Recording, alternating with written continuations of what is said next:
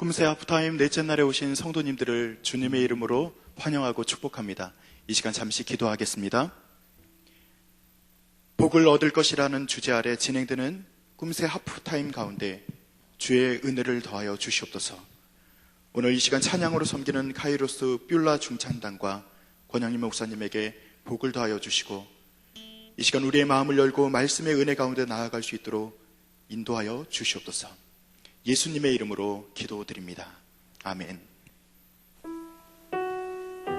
꿈새 하프타임으로 열어가는 후반기가 주님의 시간이 되기를 소망하며 다 함께 찬양하겠습니다.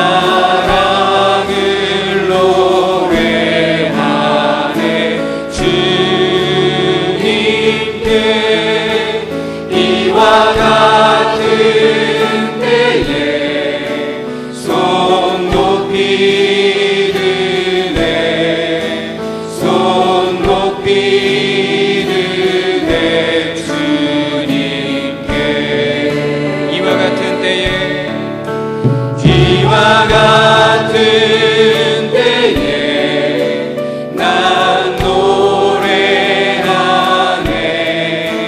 사랑을 노래하네 주님께 이와 같은 때에 손 높이 드네 손 높이 드네 주님께 우리 마음을 다해서 주님 사랑해요 주님 사랑해요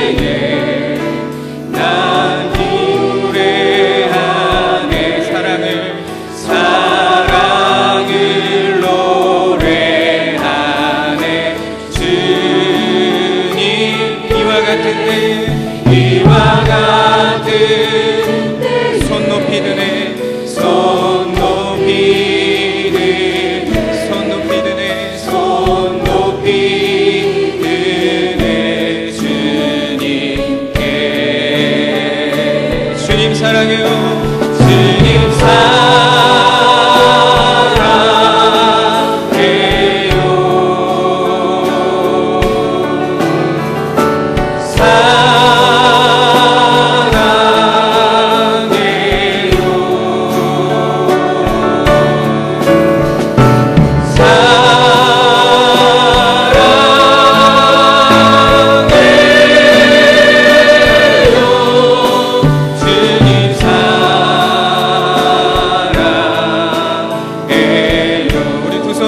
주님 사랑해요 주님 사랑해요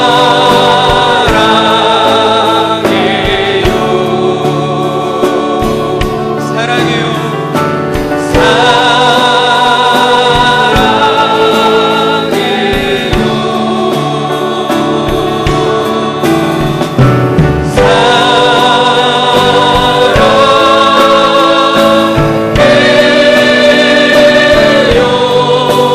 주님 사랑해요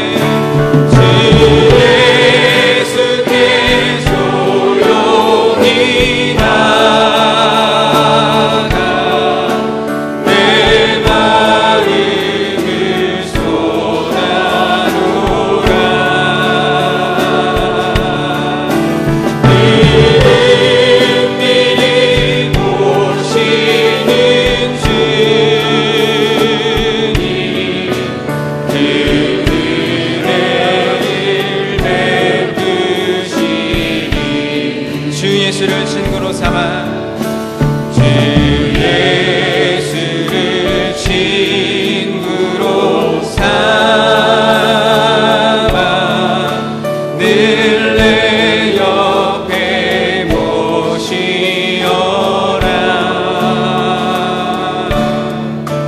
그 영원한 생명새 물에 내 마른 목 죽이어라. 주 예수께 조용히 나가 내 마음을 쏟아놓으라. 아멘. 은밀히 보시는 주님 그 은혜를 베푸시니 너 주님과 사귀어 살면 너 주님과 사귀어 살며 새 생명이 넘치리라. 주 예수를 찾는 일 앞에 참 밝은 빛 비추어라. 주 예수께 조용히 나가 주 예수께 조용히 나가 내 마음을 쏟아놓으라.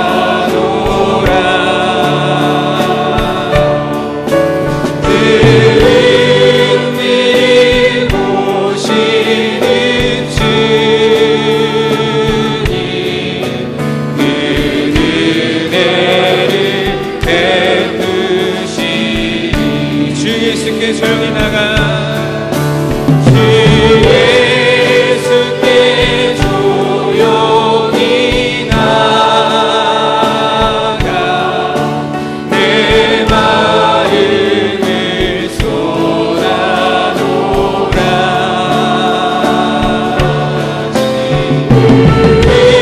은밀히 보시는 주님 그 은혜를 베푸시니 주 예수께 조용히 나가 주 예수께 조용히 나가 내 마음을 쏟아놓으라.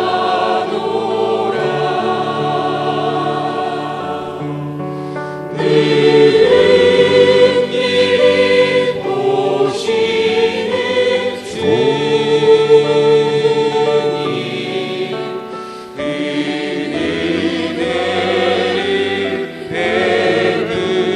베푸시니 마지막으로 한 번 더 고백합니다. 주 예수께 조용히 나가 주 예수께 조용히 나가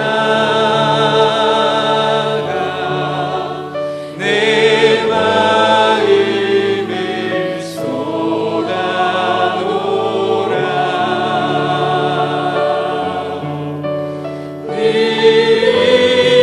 은밀히 보시는 주님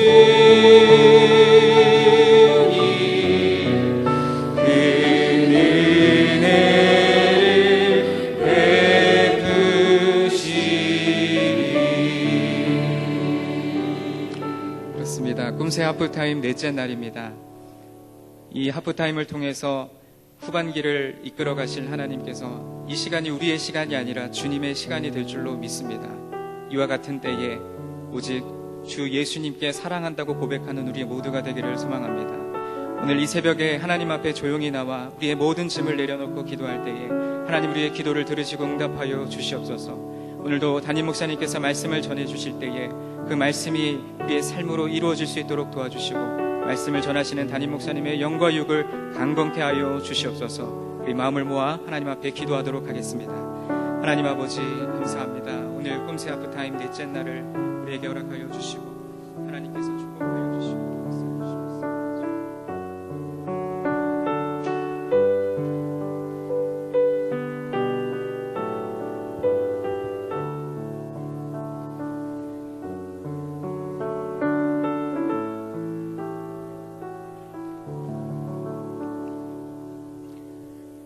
오늘 우리의 찬양 가운데 임하여 주신 주님 감사를 드립니다. 성령 하나님, 이 시간 말씀으로 찾아오셔서 말씀 삶 공동체 성락성결교회 구성원 모두에게 복을 더하여 주시옵소서. 담임 목사님과 목회자들 그리고 장로님들과 직분자들이 합력하여 선을 이룰 수 있는 아름다운 공동체가 될 수 있도록 또한 지켜주시옵소서. 모든 성도들을 주의 크신 능력의 손으로 덮어주시고 각자 정하여 올려드리는 세 가지 기도 제목이 주님 안에서 응답되게 하여 주시옵소서. 오늘 찬양으로 섬기는 7, 8교구의 찬양을 기뻐 받아 주시옵소서. 이 시간 말씀을 듣습니다. 세우신 목사님을 강건하게 하시고 주의 손으로 붙들어 주시옵소서. 선포되는 말씀을 들을 때 우리의 기도가 깊어지고 더욱 진실되게 하시옵소서. 감사드리며 날마다 복을 다하시는 예수님의 이름으로 기도드립니다. 아멘.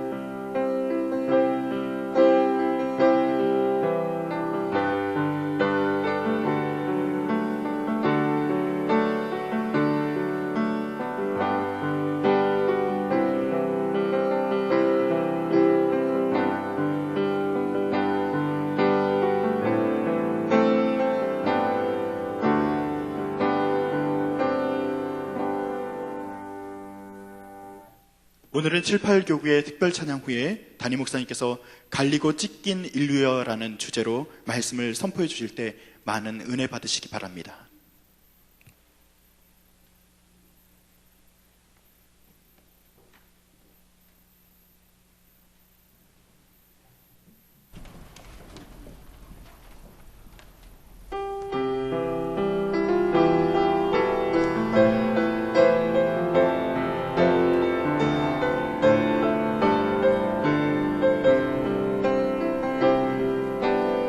나의 마음에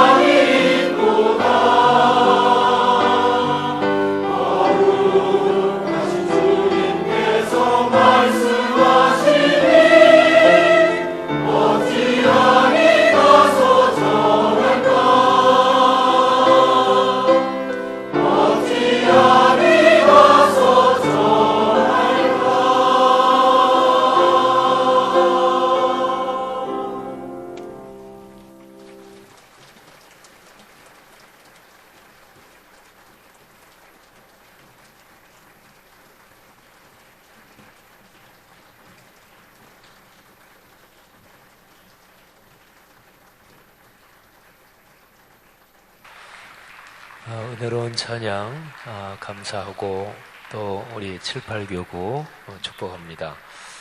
우리 100명이 하나님을 찬양하셨네요. 진심으로 감사하고 우리 다시 한번 축복합니다. 축복의 박수 한번 하겠습니다. 네, 주의 이름으로 진심으로 축복합니다. 고맙습니다. 참 아름다운 찬양입니다. 우리 최기용 목사님이 작곡하신 곡인데 아름답고, 여러분 강단 위에 보는 왼쪽에 붙은 현수막, 거기에 올해 우리 교회 주제 성경 구절이 있지요. 그들도 내 음성을 듣고 한 무리가 되어 한 목자에게 있으리라. 그리스도인은 이 시대를 품고 사는 거거든요. 그러니까 우리 교회 그러면 여기 있는 우리 교회 소속된 분들만이 아니고 이 지역 또는 이 시대에 있는 사람들을 다 우리가 품어야 되는데, 우리 참 아름다운 찬양 잘 불러주셨습니다. 우리 제가 드린 예물 위해서 축복 기도하고 말씀 듣겠습니다. 하나님, 드린 예물에 주의 거룩한 축복의 명령을 따라 오른손을 얹고 축복하며 기도합니다. 사랑 나눔 금식 헌금을 주님 앞에 바칩니다. 하나님께서 성도들이 마음을 담아 드린 이 헌금을 받으시고, 또 선천성 심장병, 또 희귀 난치성 질환자들을 위해 아름답게 사용되게 하옵소서. 하나님, 성도들 가정에 건강을 주시고 예수 그리스도 재림하실 때까지 가문 대대로 영혼육이 강건하게 하옵소서. 하나님, 여러 가지 제목을 담아서, 또 간구의 제목, 감사의 제목 담아서 아버지 앞에 감사 헌금을 바칩니다. 특별히 2015년 희년의 첫 해 후반기 절반 시작하는 첫 주간에 아버지 앞에 마음을 모아 집중하고 기도하고 있습니다. 후반기 6개월 축복하실 줄 믿습니다. 올해 연말에 올해 1년을 결산하는 마지막 결산 때 큰 열배가 있을 것을 믿음으로 고백하고 감사합니다. 성도들의 가정, 사업, 또 직장, 그리고 대인관계와 걸어가는 인생길 모든 일에 복을 주시고, 그리스도인으로서 하나님의 거룩한 말씀에 순종하며 예배 중심으로 살며, 또 섬기는 교회, 그리고 더 나아가서 이 땅과 오늘날 세계에 있는 그리스도의 공교회를 사랑하는 깊은 신앙을 주옵소서. 감사합니다. 예수님 이름으로 축복하며 기도합니다. 아멘. 세 가지 기도 제목 계속 꼭 붙잡고 기도하십니까? 전 아침에 또 와서 가만히 기도하면서 제가 기도하는 세 가지 제목을 놓고 또 하나님께 기도했습니다. 여러분들이 꼭 계속해서 기도하면 하나님이 응답하실 것으로 믿습니다. 꿈새 하프타임 주제 성경 구절 창세기 12장 3절 말씀 다시 한번 또 우리 읽으면서 선포하는데요. 우리가 보통 쓰는 말로 내 마음 나도 몰라 이런 표현도 있죠. 근데 그게 현실이 그렇습니다. 사람은 자기 마음에 소원하는 거, 원하는 거 하고요. 그리고 자기 의지하고 이게 같기만 하면 얼마나 좋겠습니까? 내가 뭐를 소원하는데 소원하는 만큼 내 의지가 그쪽으로 늘 그렇게 움직여주면 그러면 사람 삶에서 고민될 게 전혀 없지요. 누가 밉다. 그런데 하나님 미워하지 않게 해주세요. 그러면 의지도 즉시로 탁 움직여서 전혀 미운 마음이 그냥 아침 해가 떠오르면서 안개가 없어지는 것처럼 싹 가신다. 그러면 얼마나 좋겠어요. 근데 안 되죠. 하나님 내가 몸이 좀 불편하고 몸이 약한데 내가 매일 꾸준하게 1시간씩 운동하게 도와주십시오. 그리고 그런 소원을 가지는데 몸의 마음의 의지도 즉시로 움직여서 하루에 1시간씩 전혀 고민도 하지 않고 그냥 딱 생각하자마자 그날부터 그렇게 꼭 빼놓지 않고 운동하면 뭐 아플 사람이 어디 있겠어요? 근데 그렇게 안 됩니다.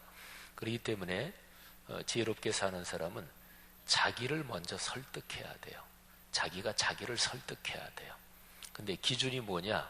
하나님의 말씀을 들은 게 기준이어야 돼요. 자기 고집이 기준이 되면 안 되고요. 또 자기 습관이 기준이 되면 안 되고요. 내가 성경 말씀을 펼쳐서 성경에서 읽은 그리고 성경 말씀에 명확하게 기록된 그 하나님의 말씀이 기준이 되고 그 말씀대로 하나님 이렇게 살기를 원합니다. 그리고 그거를 자기한테 먼저 선포하고 자기를 먼저 설득하고 자기를 먼저 다스려야 됩니다. 그러니까 가장 좋은 방법은 말씀을 묵상하고 또 강단에서 선포되는 설교 말씀을 들을 때 겸손하게 순종하려는 마음으로 마음을 열고 들어서 자꾸 자기에게 선포돼야 돼요. 창세기 12장 3절 다 같이 선포하며 봉독하는데 무엇보다 나에게 선포하고 후반기 남은 6개월의 삶의 시간에 선포하고 내 인생에 선포하십시다. 다 같이 시작.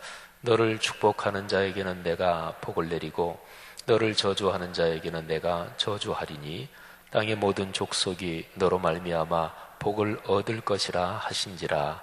아멘. 오늘은 꿈새 하프타임 7월 2일 새벽이죠. 한 사람을 부르시다. 오늘은 6번째 메시지입니다. 창세기 11장 27절부터 12장 1절 말씀까지입니다. 우리 성경을 다 같이 보겠습니다. 창세기 11장 27절부터 12장 1절입니다. 자, 다 같이 소리를 맞추어서 봉독하겠습니다. 11장 27절부터 시작. 데라의 족보는 이러하니라. 데라는 아브람과 나홀과 하란을 낳고 하란은 롯을 낳았으며 하란은 그 아비 데라보다 먼저 고향 갈대아인의 우르에서 죽었더라. 아브람이 나홀이 장가들었으니 아브람의 아내의 이름은 사레며 나홀의 아내의 이름은 밀가니 하란의 딸이요 하란은 밀가의 아버지이며 또 이스가의 아버지더라. 사레는 임신하지 못함으로 자식이 없었더라. 데라가 그 아들 아브람과 하란의 아들인 그의 손자 롯과 그의 며느리 아브람의 아내 사레를 데리고 갈대아인의 우르를 떠나 가나안 땅으로 가고자 하더니 하란에 이르러 거기 거류하였으며 데라는 나이 205세가 되어 하란에서 죽었더라. 여호와께서 아브람에게 이르시되 너는 너의 고향과 친척과 아버지의 집을 떠나 내가 네게 보여줄 땅으로 가라. 아멘. 한 사람이 중요하지요. 어떤 일을 하든지 결국 문제는 사람이다. 이런 얘기를 많이 듣습니다. 또 인사가 만사다. 말하자면 사람을 어떻게 대하고 어떻게 운용하고 어떻게 배치하고 하는 이 인사 문제가 사실은 모든 일의 근원이고 기초고 중심이다. 그런 뜻이 인사가 만사다. 그런 거지요. 근데 수많은 사람들 가운데서 한 사람이 중요합니다. 이 얘기는 사람을 물량으로 대하면 안 됩니다. 숫자로 대하면 안 됩니다. 한 사람, 한 사람을 사랑하고 한 사람이 소중하고 그리고 한 사람의 인격적인 가치와 인격적인 존재를 존중해야 합니다. 우리 교회도 한국 교계 전체에서 큰 교회에 속하는데요. 그런데 교회들이 더 부흥했으면 좋겠다 그러잖아요. 그리고 우리 교회도 각 교구마다 1년의 전도 목표 이런 거를 이제 다음에 계획 세울 때 목회자들이 다 계획합니다. 또 교구에서도 같이 기도하며 논의하며 계획하지요. 영혼을 구원하려는 목표를 분명하게 가지고 사역해야 돼요. 우리 목회자나 그리스도인들. 근데 중요한 거는 영혼을 구원하는 전도 여기에서 숫자를 채운다. 이게 목표가 아닙니다. 진정으로 한 영혼 한 영혼을 사랑하는 사람을 소중히 여기는 이 자세와 태도가 중요합니다. 그저 숫자를 채우려고 그런다. 그러면 목회자들은 그거 자기 자랑거리 삼으려고 하는 거죠. 담임 목사부터 시작해서 모든 부교역자들 자기 자랑거리 삼고 나 목회 성공했다. 이런 얘기 들으려고 하는 거지요. 그 굉장히 큰 잘못이고 또 잘못 정도가 아니라 하나님 앞에 심한 범죄지요. 아니 하나님의 사역을 자기가 이용해 먹는 거잖아요. 교구나 또는 이런저런 교회에서 직분을 맡아 열심히 수고하는 성도님들이 영혼을 사랑하는 마음이 없이 그저 우리 교구가 다른 데보다 더 많이 전도했다. 또는 내가 이만큼 전도했다. 숫자에 관심이 있다면 그것도 역시 마찬가지지요. 우리 교회에서 사역을 하면서 가끔 그런 얘기 하시는 분들이 있어요. 주보에 각 교구별로 올해 전도한 사람 숫자가 우리 교회는 주보에 나가요. 제일 광고 소식, 교회 소식 날에 위에 표에 나가잖아요. 어떤 분은 그거 없으면 어떻겠습니까? 그냥 안 내면 어떻겠습니까? 근데 이제 제가 목회자들한테는 영혼 구원에 대한 부담을 가지지 않는 것은 목회가 아니다. 이런 얘기를 하지요. 여러분, 근데 어떤 분은 이런 뜻에서 얘기하는 사람이 있어요. 자기가 전도 안 하니까, 또 자기가 전도하기 별로 싫어하니까, 그러니까, 그거 안 내면 어떠냐. 근데 그거는 또 반대편 잘못이에요. 우리는 성경의 명령에 따라 세상 수많은 사람들을 다 주님 품으로 인도한다. 우리는 하나님께 부름을 받을 때까지 그렇게 사역하고 그렇게 사는 거예요. 근데 거기에서 중요한 거는 세상 땅끝까지 모든 민족에게 이게 큰 시야지만 그러나 언제나 한 사람 한 사람을 소중하게 여겨야 돼요. 사람이 중요한 거지요. 그래서 교회라는 말을 쓸 때도 그 교회가 건물을 뜻하는 건 아니에요.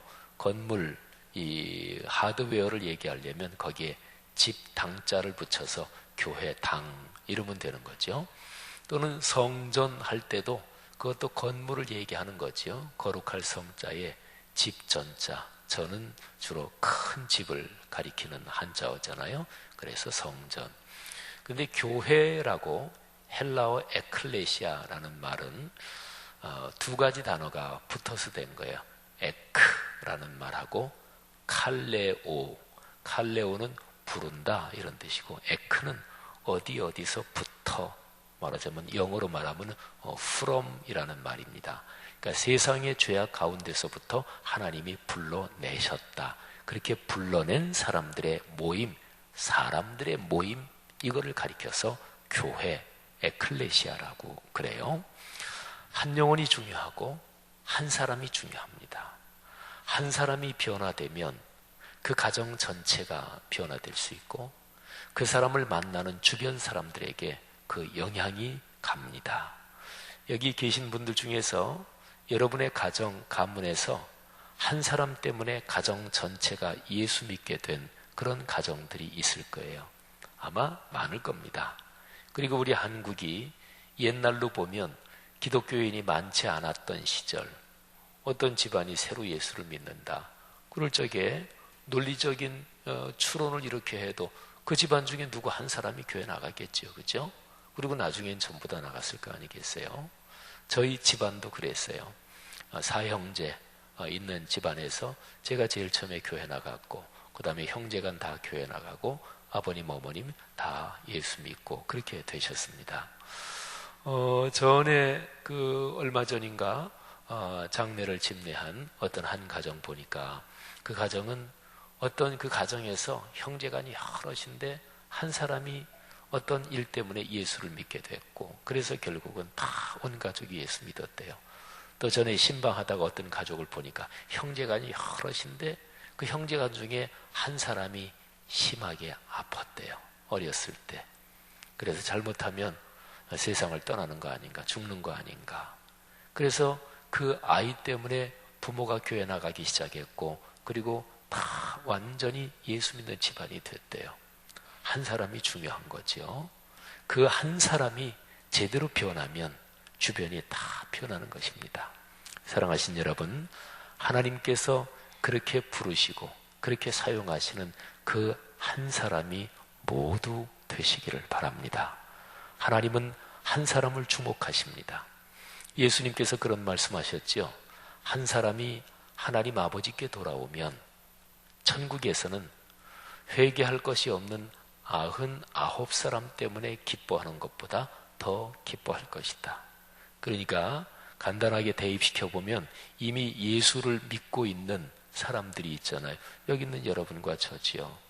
근데 이미 예수를 믿고 있는 99사람, 그 사람들 때문에 하나님 아버지가 기뻐하시는 것보다 예수 안 믿고 있는 어떤 사람이 예수를 믿게 됐다. 그러면 그 한 사람 때문에 하나님이 기뻐하시는 그 기쁨이 더 크다는 거예요. 서운하십니까? 이런 얘기 들으시면? 우린 이미 예수를 믿고 있는 사람인데 우리 99사람보다 안 믿는 사람이 한 사람 교회에 세 가족이 나오면 하나님이 더 기뻐하신대요. 그래서 서운해서 그런가요? 교회 세 가족이 나오는 거 별로 안 좋아하는 사람들이 있어요. 진짜 있어요. 텃세 부리는 사람들. 자기 기관, 부서 여기에서 텃세 부리는 사람들. 그래서 누가 그 기관 부서에서 새로 봉사하면 막 이상하게 기싸움하는 사람들. 정확하게 보세요. 그런 사람이잖아요. 그죠? 세 사람이 나오면 별로 안 좋아하는 거잖아요. 그리고 세 가족이 나와서 정착이 잘 안 되는 교회는 그렇게 아름다운 교회는 아니에요. 우리 교회는 어떤가 스스로 한번 생각을 해보세요. 그리고 내가 속한 구역은 어떠십니까? 내가 속한 저기는 어떠십니까? 거기에서 세 가족이 교회 나온 지 얼마 안 된 사람, 우리 구역에 들어온 지 얼마 안 된 사람, 우리 부서에 들어와서 봉사한 지 얼마 안 된 사람, 그 사람들하고 많이 얘기를 하시고 관심을 써주십니까? 아니면 다 만나는 사람끼리 끼리끼리 만나. 주일이 돼도 늘 나 친한 사람들하고 커피 마시고 그 사람들하고 끼리끼리 만나서 얘기하다가 그 다음에 가. 그거 별로 아름다운 교회 아니죠. 적어도 장로님, 권사님, 안수집사님, 집사님, 각 기관의 주요 직분을 맡은 사람은 내가 섬기는 교구 또는 내가 섬기는 구역, 기관 또는 부서 여기에서 좀 처음 나온 사람이 누구지 또는 어색해하는 사람이 누구지 그 사람한테 신경을 써주셔야 돼요. 그게 직분 맡은 사람에게 맡겨진 사명입니다. 제가 전에 한 번인가는 얘기를 했던 것 같아요. 저는 고등학교 1학년 때부터 예수를 믿었는데 그때 나가던 교회 같은 학년이 있어요.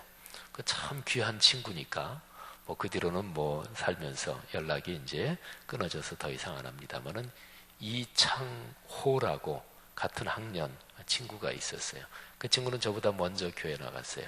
근데 처음 교회 나가니까 아는 사람도 없고 어색하잖아요. 그거는 어린아이부터 나이 많이 든 사람까지 다 똑같아요. 처음 나오면 어색하죠. 근데 지금도 기억나는 게 그 학생회 모임 나가면은 꼭 이창호라는 그 친구가 꼭 악수하면서 다음 토요일에 꼭 나오세요. 그러면서 꼭 그렇게 손을 잡고 그때 임원이었어요. 그 친구가 인사해 줬던 기억이 나요. 그게 그때 저로서는 굉장히 고마웠어요. 여러분, 하나님이 그런 사람을 축복하지 않으실까요? 그게 하나님의 상급이 그런데 걸려있지 않을까요? 성도 여러분들이요, 우리 교회가 더욱더 그런 교회가 되기를 주의 이름으로 축복합니다. 그리고 그리스도인이 그렇게 살면서 사회생활하고 직장생활하고 사업을 하면서 교회 바깥의 이런저런 삶의 영역에서도 그리스도인들이 그런 마음을 가지면, 그러면 그리스도인이 사는 사회가 아름다워지지 않을까요? 당연히 아름다워지겠죠. 그러니까 그리스도인은 교회 공동체에서 하나님의 말씀을 잘 보고 듣고 읽고 묵상하고, 그리고 그 말씀대로 작은 것 하나부터 실천하는 거예요. 그리고 그게 삶 전체로 번져가는 거예요. 거기에 하나님이 축복하세요. 그 한 사람, 그 주인공이 되시기를 주님의 이름으로 축복합니다. 성경학자들은요, 창세기 1장부터 11장을 원역사, 이런 식으로 부릅니다. 원역사. 그러니까 가장 근원적인, 가장 태고적의 얘기다. 또는 어떻게도 부르냐면 역사 이전의 시대, 이렇게도 불러요. 그 까닭은 창세기 11장까지는 고고학적인 발굴이나 또는 역사적인 지식으로 연대를 확정하기가 힘들어요. 그 연대가 언제쯤인가, 이거를 확정하기가 힘들어요. 근데 대략 아브라함이 출현하면서부터 아브라함 때, 그때는 대략 연대가 추정이 되기도 해요. 뭐 그런 것 때문에도 역사 이전 시대 또는 원역사 이렇게 불러요. 그리고 12장부터는 성경 전체의 창조 이래의 흐름에서 새로운 단계가 시작이 됩니다. 근데 창세기 1장부터 11장까지는 이런 게 기록이 되어 있어요.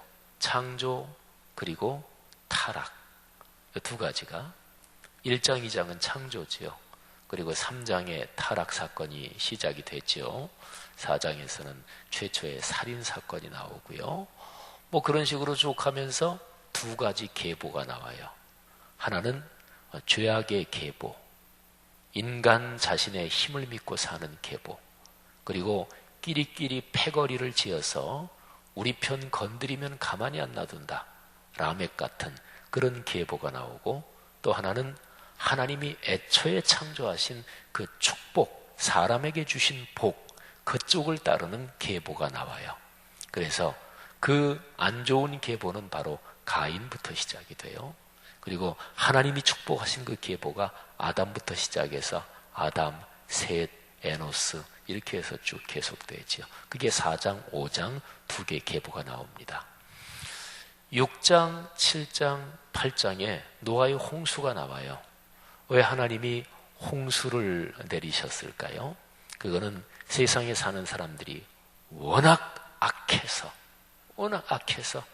한번 다 리세팅을 해야 되겠다, 쓸어버려야 되겠다. 성경에 쓸어버린다 이런 표현이 나오죠. 그래서 노아의 홍수로 모든 게 다 죽고, 그리고 노아 중심으로 가족 8명이 남아요. 거기서부터 온 세상의 후손이 다시 퍼집니다. 그게 9장, 10장이에요. 근데 후손이 다시 퍼지는데 그래도 여전히 인간 속에 있는 죄의 뿌리가 이게 또 강력하게 작동합니다. 그래서 1장부터 11장이 창조와 타락이라고 말씀드렸는데, 이 타락한 인간의 모습이 극성을 부리고 하여간 하늘을 찌를 듯이 극성을 부리는 모습이 창세기 11장에 나오는 거예요. 바벨탑 사건이죠. 제가 하늘을 찌를 듯이 그랬는데 이 표현이 창세기 11장에 아주 정확해요. 그들은 탑을 높이 쌓고 하늘에 닿게 하자, 이게 그들의 기본 목표 중에 하나였으니까 하늘을 찌를 듯이 하늘이라도 올라가려는 기세로 그렇게 범죄하고 그렇게 타락했단 말이죠. 하나님께서 생각하시는 거예요. 자, 어떻게 하면 좋을까? 노아의 홍수로 세상을 쓸어버린 것도 하나님이 죄악 때문에 그런 것이니까 하나님이 시도하신 방법 중에 하나잖아요. 하나님이 생각하시는 거예요. 어떻게 하면 좋을까? 그러다가 하나님이 당신의 거룩한 뜻 가운데서 인류 전체, 당신이 창조하신 피조세계 전체를 회복시키려는 근원적인 조치를 취하십니다. 근원적인 계획을 세우십니다. 그게 바로 이런 거예요. 안 되겠다. 내가 세상에 내려가야 되겠다. 내가 만든 피조세계 그 가운데 사람을 나의 형상을 따라 만들었고, 내가 이 세상을 섭리하고 다스리는 일에 사람을 동역자로 같이 참여시켰고, 그리고 그 사람을 특별하게 내가 만나도록 하나님의 안식에 대한 제도도 만들었는데, 근데 이 사람들이 그거를 다 까먹고 그렇게 많이 주신 축복을 까먹었단 말이에요. 그래서 하나님께서 생각하시는 거예요. 안 되겠다. 내가 가장 사랑하는 그 사람, 그렇게 많은 복을 쏟아부은 그 사람들처럼 사람 모양으로 내가 세상에 내려가야 되겠다.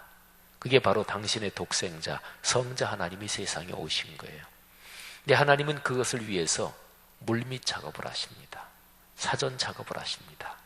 그러면서 창세기 1장부터 11장까지 나오는 그 수많은 이제 인류의 역사 가운데서 한 사람을 딱 주목하시고 그 한 사람을 부르십니다. 그게 바로 아브라함이에요. 이 아브라함이 원래 살던 곳이 갈대아 땅 우르입니다. 자, 이제 오늘 우리가 같이 읽은 말씀 거기에 이제 보면은 나와요. 갈대아 땅 우르 27절에 보면 원래 아브라함의 아버지 데라가 살던 곳, 또 뭐 조상들이 살던 곳, 뭐 다 마찬가지겠죠. 고향 갈대아인의 우르. 이게 오늘날 이제 이란, 이라크 이제 그쪽 유프라테스 강이 있는 그쪽 지역입니다. 일반적인 세계 역사에 대한 지식이 조금 있고 뭐 옛날에 학생 때 들은 게 기억나시는 분들은 수메르 문명 이런 거 아마 들어본 기억이 나실 거예요. 수메르 문명. 인류에서 가장 오래된 문명 중에 하나가 수메르 문명입니다. 이게 이제 애굽의 나일강 문명, 이거는 수메르 문명이 이렇게 바다를 통해서 건너온 거예요. 이 수메르라는 말이 셈이라는 말하고 이게 어원이 같다고 고고학자들이 보지요. 셈 하면은 노아의 세 아들 중에서 셈, 함, 야벳 바로 그거예요. 그러니까 보통 예수를 믿든 안 믿든 일반 학자들이, 고고학자들이 이렇게 해서 연구하는 거하고 성경하고 일치하는 것들도 많아요. 근데 성경을 다 그렇게 설명할 수는 없어요. 어쨌든 수메르 문명이 유프라테스 강 위역에서 발달해서, 그래서 어떤 고고학자는 성경의 에덴 동산이 유프라테스 강 그쪽에서 저쪽 북동쪽 지역, 아니 북서쪽 지역이나 북동쪽 지역쯤으로 산악 지역으로 올라가면서 거기에 에덴 동산이 있었을 것이다, 이렇게 추측을 하기도 합니다. 어쨌든 그렇게 해서 수메르 문명이 꽉 발전하는데, 거기에서부터 어떤 정확한 이유인지 모르지만 사람들이 대거 뭐 애굽 쪽으로 이렇게 또 거기에서 저 서쪽으로 사람들이 이주하던 때가 있었던 걸로 보지요. 아브라함이 그 갈대아 땅 우르 수메르 문명의 제일 중심 도시입니다. 거기에서 아브라함이 고향을 떠나는 것도 그 비슷한 시기였다, 이렇게 보지요. 우리나라 전쟁 때문에 우리 이북에 있던 사람들이 많이 월남했잖아요, 그죠? 엊그제 뉴스를 보니까 그리스가 뭐 국가 부도 사태, EU 유럽연합에서 빌린 돈 갚지 못했다 그러죠. 6월 말까지인데. 그래서 그리스 사람들이 2차 세계대전 때 뭐 나치한테, 독일 나치한테 당하고 이러면서 굉장히 많은 사람들이 호주, 뉴질랜드로 몇만 명이 이주를 했대요. 근데 요즘 국가 경제가 너무 살기 힘드니까 또 그 사람들이 호주, 뉴질랜드로 가는 사람이 많대요. 원래 그쪽에 가서 두 가지 국적, 뭐 예를 들어 호주 국적 그리고 자기네 나라 그리스 국적 가지고 있다가 이제 자기네 살기 괜찮아지니까 다시 자기네 나라로 왔던 사람들이 못 살겠다 그리고 다시 많이 간대요. 사람이 살다 보면 어떤 사람들이 어느 쪽으로 많이 옮겨가고 이런 게 있지요. 우리나라 분들도 요즘은 좀 그런 게 덜하지만 옛날에 미국 쪽으로 많이 이민 가고 또 뭐 이런 적이 있었잖아요. 그때 당시 그런 게 있었어요. 그런데 성경 말씀이 얘기하는 거는 이런 거예요. 그 이주한 사람들 가운데서 한 사람은 이유가 다르다. 그 사람은 독특하다. 이게 성경의 증언인 거예요. 그 수많은 사람들이 이주했겠지요. 근데 그 중에서 딱 한 사람, 아브람, 요 사람은 천지를 창조하신 창조주 하나님께서 당신의 영원한 이 구원의 계획, 이거를 위해서 하나님께서 그 한 사람을 선택하시고 그 사람을 거기에서 불러내셨다. 이렇게 보는 거예요. 여러분, 이것은 전율이 느껴지는 그런 부분입니다. 사람은 살면서 신앙생활을 해도요, 뭐 그냥 예수 믿고 또 성실하게 예배드리고 신앙생활을 하는데 어떨 때 하나님께서 나를 부르셨다, 이게 확 하고 느껴지는 때가 있어요. 예수 그리스도께서 2000년 전에 십자가에 못 박혀 돌아가신 일이 인류의 구원을 위해서 돌아가셨지만 나 때문에 돌아가셨다, 이게 느껴져 오는 때가 있어요. 그때는 전율이 일어나는 거죠. 전기에 감전된 것처럼 2000년 전에, 2000년 후에 태어나서 태어날 나 한 사람, 나를 위해서 예수님이 십자가에 달려 돌아가셨다. 구원을 확신하고 구원을 체험한다는 건 그런 거예요. 저는 군 생활할 때 그때 그런 거를 깊이 다시 한번 체험하고 참으로 감격했던 그런 하나님의 은혜를 늘 지금도 기억하고 있습니다.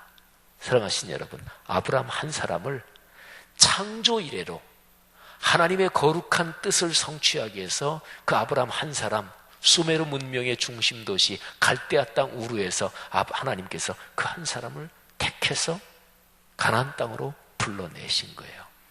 왜 아브라함을 택하셨나? 그거는 성경에 정확하게 기록이 되지 않아요. 근데 어쨌든 아브라함이 그런 인물이란 말이죠. 자, 그런데 창세기 12장, 오늘 우리가 1절까지만 읽었습니다만은 내일과 모레 보면 4절까지 우리가 자세하게 묵상을 할 것입니다. 근데 1절을 다시 한번 보세요. 자, 1절을 한 번 더 같이 읽겠습니다. 시작. 여호와께서 아브라함에게 이르시되 너는 너의 고향과 친척과 아버지의 집을 떠나 내가 내게 보여줄 땅으로 가라. 아멘. 자, 12장 1절, 하나님이 아브라함을 부르신 이 사건은 언제 이렇게 부르신 것일까요? 자, 아브라함이 갈대아 땅 우르에 살 때, 그때 하나님이 불러내신 거예요. 그런데 거기 말씀에 보면 31절, 11장 31절을 보세요. 거기에 보면 이렇게 기록이 되어 있어요. 데라가, 그러니까 아브라함의 아버지죠. 그 아들 장남 아브람, 그리고 제일 막내 세 아들이 있었는데 막내는 일찌감치 죽었어요. 결혼해서 자식도 낳았는데 죽었어요. 그래서 자기의 죽은 그 아들의 아들, 그러니까 손자죠. 손자 롯, 그리고 큰아들 레웨간 이렇게 데리고서 고향 갈대아 땅 우르에서 떠나서 어디로 가고자 했다고요? 가나안 땅으로 가고자 하더니 하란에 이르러 거기 중간에 머물러 살았다.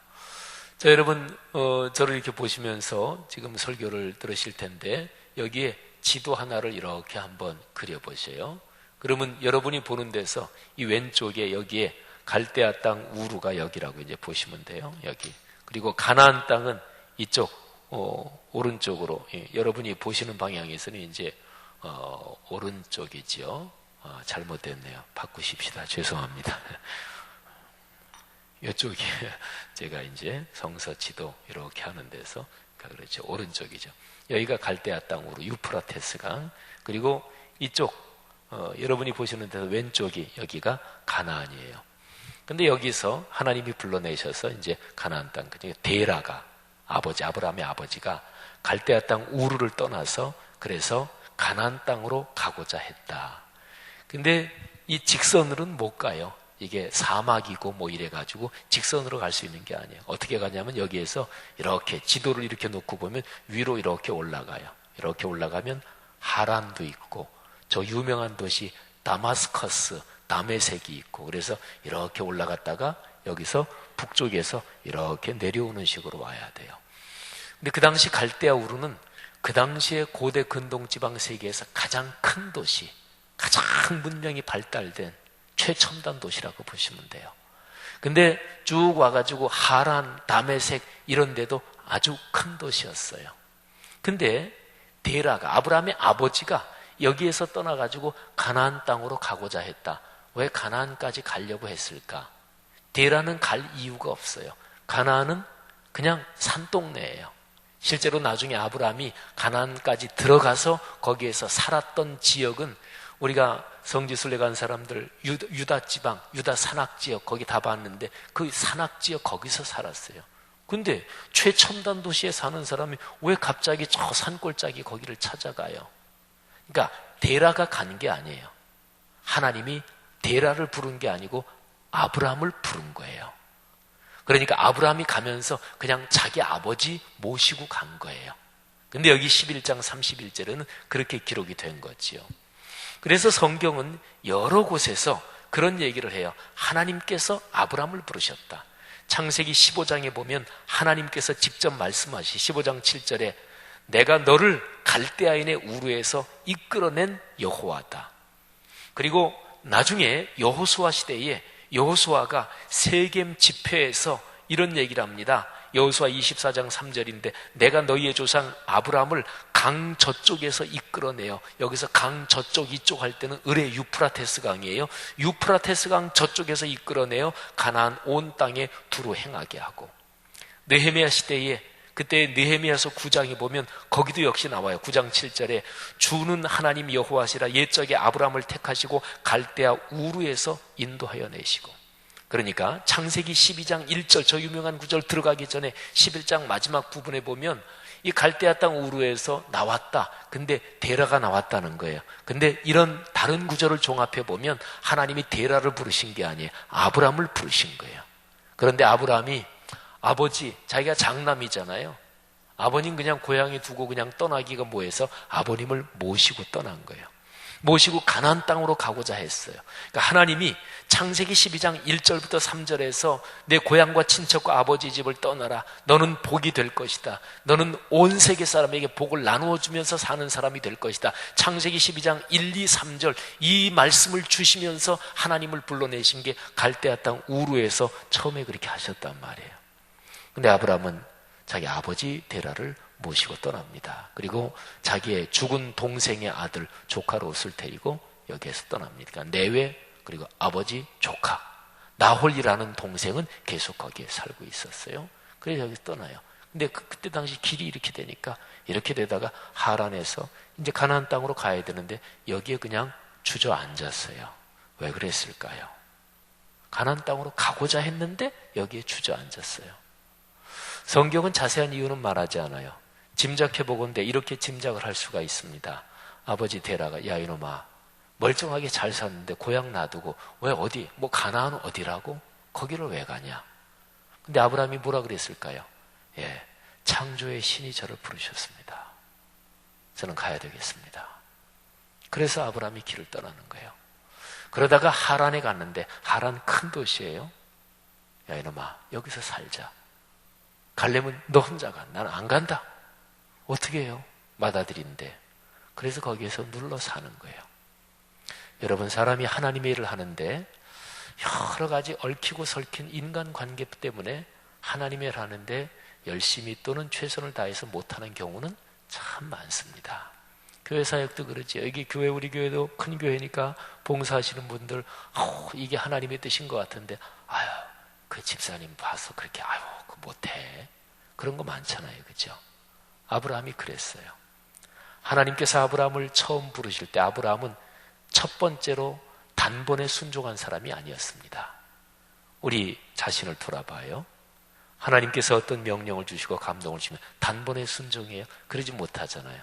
근데 어떻게 보면 안심하셔야 아브라함도 그랬어요. 그게 좋다는 얘기는 아니지만 자 그런데 아주 중요한 게 있습니다. 자 보십시오. 가나안 땅에 하란 땅에 살다가 거기에서 아브라함이 드디어 가나안 땅으로 드디어 계속해서 옵니다. 그래서 가나안에 도착을 해요. 자 나이를 보면서 아브라함이 어떤 결단을 했는지 잠깐 한번 보면서 제 설교를 마치는데요. 자 우리가 27절부터 읽었습니다마는 11장 26절을 보세요. 데라는 70세에 아브라함과 나홀과 하란을 낳았더라. 70세에. 그러면 70세에 아들 이름 셋이 한꺼번에 언급되는데 세 쌍둥이라는 얘기인가요? 그건 아니고, 이게 정확하게 70세에 적어도 맏아들 아브라함은 아버지 70세에 난 아들이에요. 그 다음에 또 1, 2년 후든 2, 3년 후든 나홀, 하란 이렇게 낳겠죠. 자, 중요한 거는 아버지 데라, 큰아들 아브라함. 자, 아버지가 70세에 아브라함을 낳았어요. 그러면 한번 숫자 계산 잠깐만 해보셔요. 데라가 70세에 낳았는데 더블로 140살이 됐다. 그러면은 그 큰아들 나이가 몇 살이죠? 70살이죠. 그러면 거기서 5년을 더 해보세요. 그러니까 큰아버지, 그 아버지 데라가 145세가 됐다. 그러면 큰아들 나이가 75세지요. 자, 그러면 창세기 12장 4절을 한번 보세요. 4절. 이 아브라함이 여호와의 말씀을 따라갔고 롯도 그와 함께 갔으며 아브라함이 하란을 떠날 때에 75세였더라. 큰아들이 아브라함이 75세면 아버지 나이가 몇 살이라고요? 145세. 그러니까 요거는 하란에 살다가 가나안 땅으로 간 거예요. 하나님이 두 번째 다시 부르신 거예요. 아브라함에게 사명을 맡겼는데, 인류 구원을 위한 어떤 거대한 프로젝트의 사명을 맡겼는데 가다가 중간에 도중에 주저앉으니까 다시 한번 부르신 거예요. 그때 아브라함이 순종한 게 75세, 아버지 데라는 145살. 자, 그러면 32절, 11장 32절을 보세요. 데라는 나이가 몇 세가 돼서 죽었다고요? 205세. 어디에서 죽었다고요? 하란에서. 그러면 아브라함이 하란을 떠날 때에 그 아버지 나이가 145세라 그랬죠. 하란에서 그 아버지가 아직 살아계셨어요? 돌아가셨어요? 살아계셔요. 그러면 큰아들 아브라함이 떠나고 난 뒤에 그 아버지 데라는 하란에서 몇 년을 더 살았을까요? 60년을 더 살았어요. 아버지 혼자 놔두고. 이거 못된 아들이네요. 근데 성경의 여러 곳을 종합해 보면 여기 우르에 살고 있는 자기 동생한테 연락을 해서, 야, 나홀 동생아, 나는 창조의 신이 나를 부른 것 때문에 아무래도 사명에 순종해야 되겠다. 네가 와서 아버지 좀 모셔라. 그래서 나홀이 일로 와요. 그걸 어디서 알 수 있냐면 나중에 이 가나안 땅에 살던 아브라함이 자기 아들 이삭의 며느리감을 구하러 이 하란 쪽으로 자기 종을 보내지요. 근데 그때 그 구절에 보면은 나홀의 성 이런 표현이 있어요. 그러니까 이 동생 나홀이 이쪽으로 와서 크게 성공해서 나홀의 성이라고 얘기할 정도로 크게 성공했고, 원래 아브라함의 가문은 돈이 많고 괜찮은 가문이었던 것 같아요. 전승에 내려오는 이야기나 여러 가지를 볼 때. 그래서 나홀 동생을 데려다가 너 아버지 모셔라. 나는 창조주 하나님의 뜻에 순종해야 된다. 그리고 아버님 놔두고 그리고서 가나안 땅으로 온 거예요. 사랑하신 여러분, 여기 아브라함이 하란을 떠날 때에 롯은 데리고 와요. 그런데 이 롯도 나중에 계속해서 문제가 됐지요. 그죠? 롯의 목자와 아브라함의 목자가 싸워요. 롯이 나중에 그때 당시로 비옥한 곳 소돔 고모라성 그쪽 지역에 가서 사는데 결국 소돔과 고모라성은 유황과 불비로 멸망당하고 말아요. 여러분, 하나님의 일을 할 때 이게 인간의 숙명인데, 이게 인간의 참 현실인데, 인간관계 때문에 지지고 볶는 게 있어요. 참, 근데 그런 거에서 좀 더 자유로울 수 없을까? 인간관계 때문에 지지고 볶는 게 어쩔 수 없지만, 그런데 조금 자꾸 고려하다 보면 하나님의 일은 물 건너 갑니다. 언젠가는 결단할 때가 있어야 돼요. 하나님이 나를 부르시는 축복은 그때 꽉 열리게 됩니다. 사랑하신 여러분, 오늘 여기 하나님이 아브라함을 부르시는 장면을 생각해 보세요. 두 가지 교훈만 우리의 마음속에 간직하고, 그리고 오늘 새벽에 그 문제를 붙들고 기도하십시다. 첫 번째는 아브라함도 한 번에 순종하진 않았다. 그랬습니다. 우리가 사는 삶의 환경이 다 현실적으로 이런저런 조건이 있으니까 하나님께 한 번에 순종하고 헌신하기가 힘들 때가 많을 거예요. 근데 하나님은 참 좋으신 분이라서 우리가 축복을 받을 수 있는 그 길에서 하나님은 다시금 초대하십니다. 다시금 초대하십니다. 다시금 부르십니다. 사랑하신 여러분, 그러나 이 초대하고 부르시는 음성이 언제까지나 계속되는 건 아니에요. 하나님이 부르시는 음성을 깨닫고 하나님이 헌신하라고 하는 음성을 깨닫고 그 초대를 받아들여 순종해서 주님의 복을 누리시기를 주의 이름으로 축복합니다. 두 번째 또 한 가지는 인간관계 고려해야지요. 그 사람하고 친한데 고려해야지요. 그런데 너무나 얽매이다 보면 다 인간관계 때문에 부정청탁, 팔이 안으로 굽지 밖으로 굽어 다 그런 거 아니겠어요? 근데 그리스도인의 팔은 한 군데로 굽어야 돼요. 성경 말씀으로 굽어야 돼요. 성도 여러분, 나 자신을 돌아보아. 내가 인간관계, 친소관계, 그게 하나님 말씀보다 더 중요하게 생각된 점이 있나, 그걸 한번 살펴보시기를 바랍니다. 그리고 그런 가운데서 하나님의 말씀을 깊이 묵상하면서, 그리고 지혜롭게 결단해야 되겠지만 결단할 수 있는 축복이 있기를 주님의 이름으로 축원합니다. 하나님께서 아브라함 한 사람을 부르신 것처럼 하나님께서 여러분의 한 사람 한 사람을 여러분이 받은 사명 탤런트에 따라서 부르시고, 그리고 여러분 한 사람을 통해서 여러분이 살아가면서 만나는 모든 사람들에게 하나님의 축복을 나누어 주고, 그리고 거룩한 영향력을 끼치는 그런 복이 여러분을 통해서 여러분의 아들, 딸, 손녀, 손자, 가문 대대로, 그리고 주변 사람들에게 퍼지기를 주의 이름으로 축원합니다. 기도하겠습니다.